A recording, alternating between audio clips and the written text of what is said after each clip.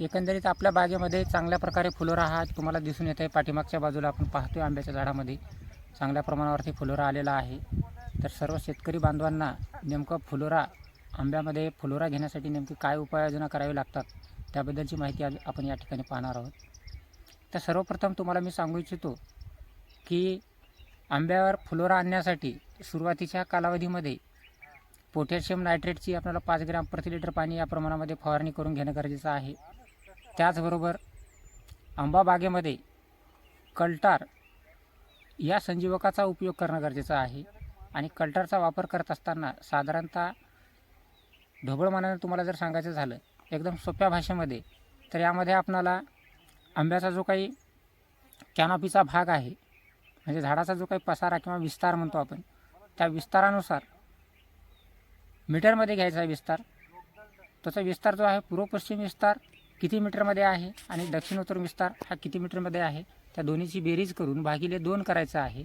आणि जो काही विस्तार येईल त्या विस्ताराला आपण साधारणतः 2.5 ml प्रति मीटर या प्रमाणामध्ये कल्टारचा वापर करून घेणं गरजेचं आहे। आणि कल्टारचा जो काही वापर आहे हा वापर साधारण जुलै ते ऑगस्ट या महिन्याच्या दरम्यान आपणाला कल्टारचा वापर झाडाच्या पसाऱ्याच्या भोवताली बारीक छोटासा चर खोदून त्यामध्ये कल्टार देणं गरजेचं आहे। तुम्ही पाहू शकता कल्टारचा एकदम चांगल्या प्रकारे उपयोग झालेला आपल्याला दिसून येतो। चांगल्या प्रमाणामध्ये मोठ्या प्रमाणामध्ये या ठिकाणी आपल्या आंब्याच्या बागेमध्ये प्रत्येक झाडांना आपल्याला या ठिकाणी फुलोरा आलेला दिसून येते। मग फुलोरा आल्यानंतर हा जो काही फुलोरा आहे या फुलोऱ्याचा आपल्याला भुरी रोगापासून या रोगाचा प्रादुर्भाव ह्या मोठ्या प्रमाणावरती आपल्याला या बागेमध्ये फुलोऱ्यावरती दिसून येतो। या ठिकाणी तुम्ही पाहू शकता जो काही फुलोऱ्याचा काही देठाचा जो काही भाग आहे ह्या भुरीच्या प्रादुर्भावामुळे काय होत असतो कुजायला लागतो आणि फुलोरा हा गळून जात असतो। म्हणून या ठिकाणी आपल्याला काय करायचं आहे आम्ही या ठिकाणी फवारणी घेतलेली आहे ज्यामध्ये कॅल्शियम नायट्रेट त्याचबरोबर बोरॉन आणि त्यासोबत सल्फर घेतलेला आहे 80 WPचं सल्फर घेतलेलं आहे।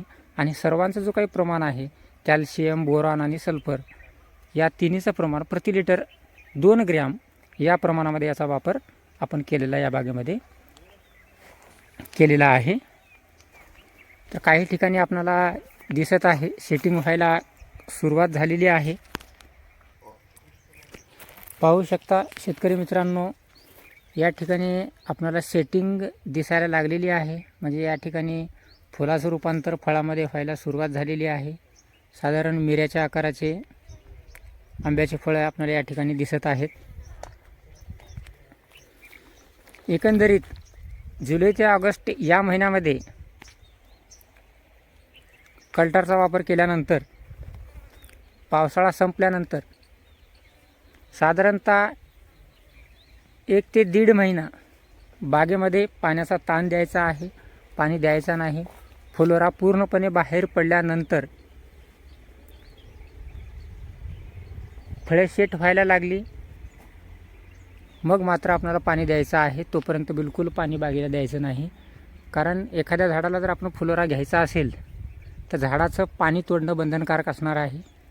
त्यामुळे काय होतं झाडाला एक विशिष्ट प्रकारचा असा ताण पडतो आणि ताण पडल्यामुळं नवीन जी काही फूट येणारी आहे त्या नवीन फुटीचं प्रमाण कमी होतं आणि डोळ्यातून फुलोरा हा बाहेर पडत असतो आणि या फुलोऱ्याचं रूपांतर फळामध्ये होत असतं। आणि फळामध्ये होत असताना ज्या काही फुलोऱ्यावरती पडणारे जे काही रोग असतील त्यामध्ये सर्वात महत्त्वाचा आहे भुरी नावाचा रोग। तो हा भुरी रोग येऊ नये म्हणून या ठिकाणी आपल्याला काय करायचं आहे गंधक सल्फर म्हणतो आपण त्याला तर त्या सल्फरची आपल्याला या ठिकाणी प्रति लिटर प्रमाणामध्ये 2 ग्रॅम याप्रमाणे औषधी बुरशीनाशक घेऊन त्याचा वापर आपल्या बागेमध्ये करायचा।